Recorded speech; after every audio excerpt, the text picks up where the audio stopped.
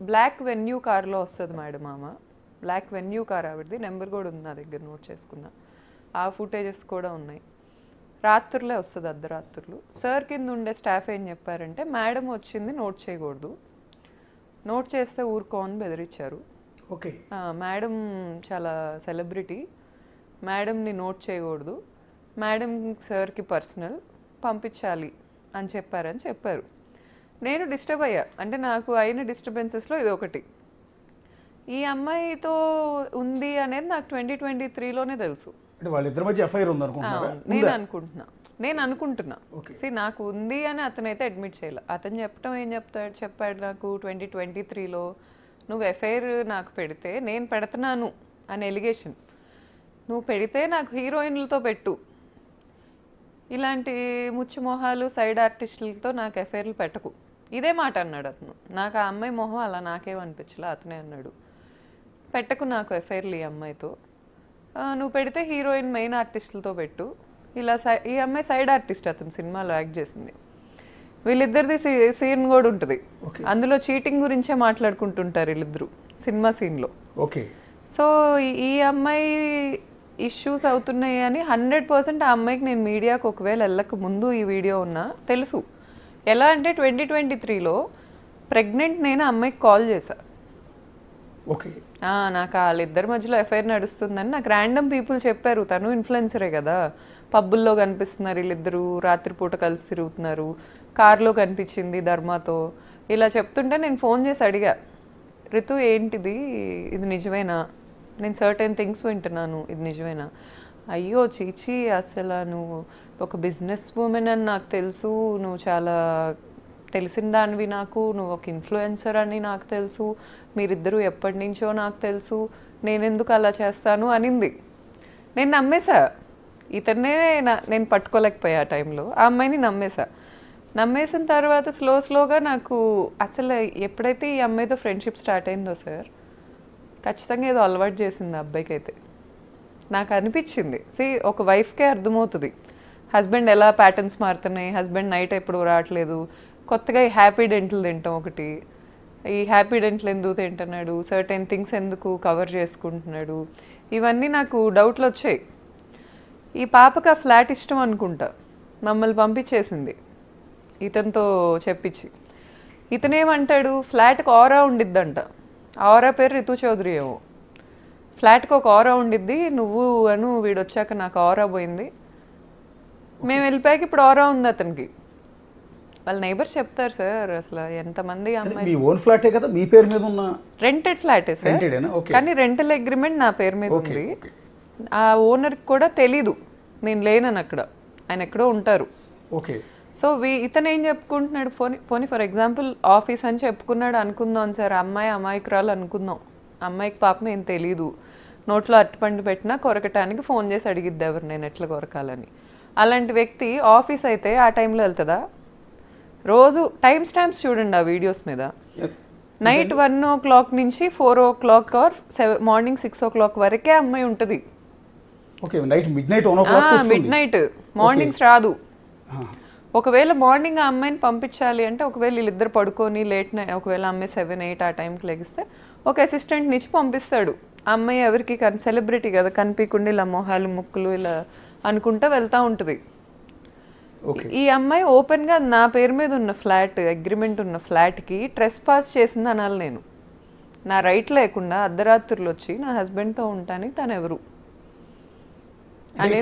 మనం లాజికల్గా మాట్లాడాల్సింది ఏంటంటే, చాలామంది ప్రశ్నిస్తూ ఉంటారు, తప్పేంటి, ఆడమగ మధ్య స్నేహం ఉండకూడదని. ఎంత స్నేహం ఉన్నా ఒక అమ్మాయి అర్ధరాత్రి 1 o'clock అతను ఫ్లాట్కి వచ్చింది, అతను కూడా సింగిల్గా ఫ్లాట్లో ఉంటాడు.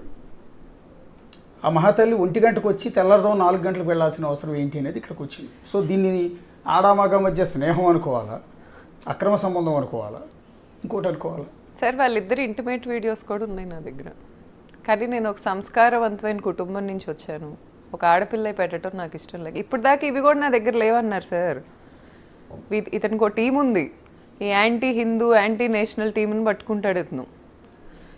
వాళ్ళు ఏంటంటారంటే, నాకు మెసేజ్ల్లో లేకపోతే ఫేక్ యూట్యూబర్స్కి డబ్బులు ఇచ్చి ఏం మాట్లాడిస్తారంటే, నా దగ్గర ఎవిడెన్స్లు లేవంట. అతని తలకొరివి అతనే పెట్టుకుంటున్నట్టు నా దగ్గర ఉన్నాయి నేను వదలట్లా.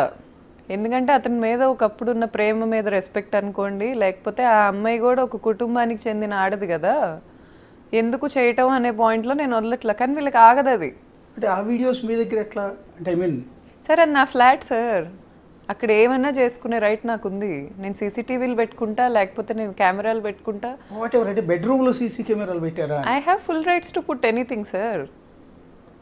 I have full rights to put మిమ్మల్ని దాన్ని ఏమంటారు పై క్రాస్ చేయటం లేదు. నేను అనేది ఏంటంటే మీ బెడ్రూమే కదా, నా బెడ్రూమ్ మీరు ఖాళీ చేసేసిన తర్వాత కావాలని ఇతని మీద అనుమానంతో కెమెరాలు పెట్టించారా లేకుంటే? సార్ యాక్చువల్గా నన్ను అతను జనవరి 9th 12th నేను ఆ ఫ్లాట్లోంచి బయటకు వచ్చేసా. ఓకే. తర్వాత నేను 2 days హాస్పిటలైజ్ అయ్యా వీళ్ళ అరాచకాలన్నీ తెలిసి, పానిక్ అటాక్స్కి గురయ్యి. తర్వాత అతనే నాకు ఒక ఇల్లు ఎతికి నన్ను బయటికి పంపించాడు. ఓకే. ఆ ఇల్లు అతనే ఎతికి పెట్టాడు, పంపించాడు. కానీ నేను వెళ్ళిపోయాక నాకు విడాకులు ఇవ్వట్లా. మళ్ళీ కలిసి ఉంటాను అని వచ్చి చెప్తాడేమో అనే హోప్ ప్రతి ఆడదానికి ఉంటుంది. సో అసలు అతను ఏం చేస్తున్నాడో తెలుసుకోవాలి కదండి సార్. అది బయట పెట్టే ఉద్దేశం కాదు, అట్లీస్ట్ అతను ఏం చేస్తున్నాడో తెలుసుకోవాలి కదా. ఇప్పుడు ఈ ఋతు అనే అమ్మాయితో నన్ను మాట్లాడిచ్చాడు. నాకు ఒకరోజు ఏం చెప్పాడు, ఇలాంటి అమ్మాయిలందరితో నన్ను తిట్టిస్తా కొట్టిస్తా అని చెప్పాడు.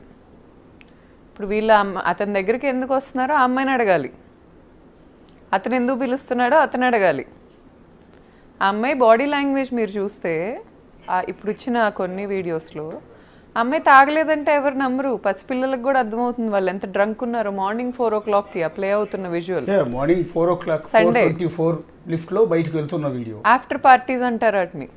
పార్టీ అయిపోయాక ఆఫ్టర్ పార్టీ తెచ్చుకుంటున్నాడు అమ్మాయిని ఇంటికి. ఓకే. ఇప్పుడు ఆ అమ్మాయి అంత ఓపెన్గా, సేమ్ కమ్యూనిటీ మనిషిని నేను, అమ్మాయిది కోనాపాలెం అంటున్నారు, మరి నిజమో కాదో. మా ఊరు దగ్గర ఒక ఊరు. ఎంత కాదనుకున్నా నేను ఒక ఇన్ఫ్లుయెన్సర్ని, నాకు ఎప్పటి నుంచో హైదరాబాద్లో సర్టెన్ కాంటాక్ట్స్ ఉన్నాయి. నా ఇంటికే అమ్మాయి అలా వచ్చిందంటే ఎంతమంది ఇళ్ళకి వెళ్తుంది అనుకోవాలి నేను ఈరోజు. ఆశ్చర్యం ఏంటంటే మీరు చెప్తుంది 2023లో కూడా వీళ్ళిద్దరి మధ్య రిలేషన్ ఉంది అనేది మీకు కొంత అనుమానం ఉంది. అనుమానం ఇద్దరి మధ్య డిస్కషన్ కూడా వచ్చింది. అనుమానం ఎప్పుడు లేదు అతని మీద, కానీ క్లారిటీ ఉంది. ఓకే. కానీ ఇంత వివాదం జరిగి గత ఆల్మోస్ట్ మీకు ఒక 2 నెలల నుంచి పోరాటం చేస్తున్నారు కదా మీరు, పోలీస్ స్టేషన్ చుట్టూ కావచ్చు, మీడియా చుట్టూ కావచ్చు. అవును. మీరు మానసికంగా నలిగిపోయి ఇబ్బందులు పడి, సో ఒక ఆడపిల్ల మెంటల్ పొజిషన్ ఏంటంటే మేము అర్థం చేసుకోగలం ఈ సిచ్యువేషన్. ఇంత జరిగిన తర్వాత కూడా ఆమె బిగ్ బాస్కి సెలెక్ట్ అయింది. బహుశా మీరు చెప్తున్న డేట్లో బిగ్ బాస్కి అప్పటికే ఇన్ఫార్మ్ చేశారు వాడు. బిఫోర్ 1 month నుంచే ప్రొసీజర్ స్టార్ట్ అవుతుంది వాడికి. బిగ్ బాస్కి సెలెక్ట్ అయిన తర్వాత కూడా మీ భర్త ధర్మ మహేష్ ఉన్న ఫ్లాట్కి, అంటే మీ ఫ్లాట్కి అవి వెళ్ళింది. ఇది ఆశ్చర్యం. వెళ్ళింది సార్. ఆ అమ్మాయి తిరుపతి వెళ్ళింది కదండి సార్. తిరుపతి వెళ్ళి ఒకసారి నాకు యూట్యూబ్లోనే చూసాను నేను, తిరుపతి వెళ్ళింది. మరి ఆ టైంలో అబ్బాయి ఏ అమ్మాయిలతో తిరగల, ఆ అమ్మాయి కోసం వెయిట్